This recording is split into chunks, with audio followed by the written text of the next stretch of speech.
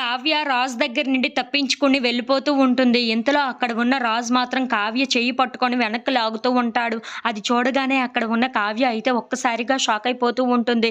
ఇంతలో అక్కడ ఉన్న కావ్య రాజు వైపు తిరిగి, "ఏంటండి నేను మీ భార్యనే అనుకుంటున్నారా ఏంటి? నా చెయ్యి పట్టుకొని అలా లాగుతున్నారు. అయినా ఇలా పరాయి ఆడదాని చెయ్యి ఇలా పట్టుకోవచ్చా?" అని చెప్పేసి అయితే అడుగుతూ ఉంటుంది. ఆ మాటలు వినగానే అక్కడ ఉన్న రాజు మాత్రం, "సారీ అండి. నేను మీకు ఒక ముఖ్యమైన విషయం చెప్దామని అనుకుంటూ ఉంటే మీరు నా దగ్గర నుండి తప్పించుకొని వెళ్ళిపోతున్నారు. అందుకే ఇలా చేయాల్సి వచ్చింది" అని చెప్పేసి అయితే అంటూ ఉంటాడు. ఆ మాటలు వినగానే అక్కడ ఉన్న కావ్య అయితే ఒక్కసారిగా షాక్ అయిపోతూ ఉంటుంది. ఇంతలో అక్కడ ఉన్న రాజు మాత్రం, "అవునండి. నేను మీకు ఒక ముఖ్యమైన విషయం అర్జెంట్‌గా చెప్పాలి. లేదంటే నా జీవితానికే కొంచెం ఇర్గ్రెట్‌గా ఉంటుంది" అని చెప్పేసి అయితే అంటూ ఉంటాడు. ఆ మాటలు వినగానే అక్కడ ఉన్న కావ్య అయితే, "ఏంటండి ఆ విషయం అదేంటో త్వరగా చెప్పేస్తే నేను త్వరగా వెళ్ళాలి" అని చెప్పేసి అయితే అంటూ ఉంటుంది. ఆ మాటలు వినగానే అక్కడ ఉన్న రాజు మాత్రం చాలా కోపంగా, "ఎప్పుడు చూసినా అక్కడికి వెళ్ళాలి, ఇక్కడికి వెళ్ళాలి అని తప్పించుకొని వెళ్ళిపోతున్నారు.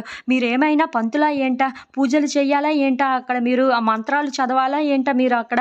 నేను చెప్పేది కాస్త విని ఇక్కడి నుండి వెళ్ళండి" అని చెప్పేసి అయితే చాలా గట్టిగా కసురుకుంటూ ఉంటాడు.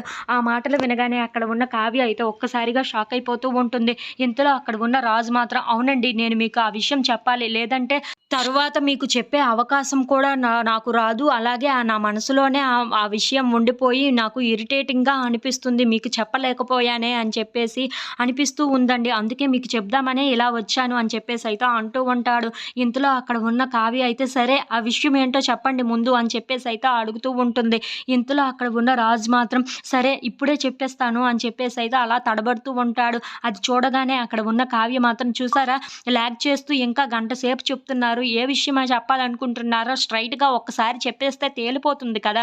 ఎందుకు ఇంత తడబడుతున్నారు" అని చెప్పేసి అయితే అడుగుతూ ఉంటుంది. ఇంతలో అక్కడ ఉన్న రాజు మాత్రం, "లేదండి ఇక చెప్పేస్తాను" అని చెప్పేసి అయితే తనలో ఉన్న ప్రేమను చెప్పబోతూ ఉంటాడు. ఇంతలో యామిని అటువైపుగా వచ్చి వాళ్ళిద్దరి మాటలు విని ఒక్కసారిగా షాక్ అయిపోతూ ఉంటుంది. "ఏంటి బావ ఇప్పుడు కళావతిని ప్రేమిస్తున్నాను, పెళ్లి చేసుకుంటాను అంటాడా ఏంటా?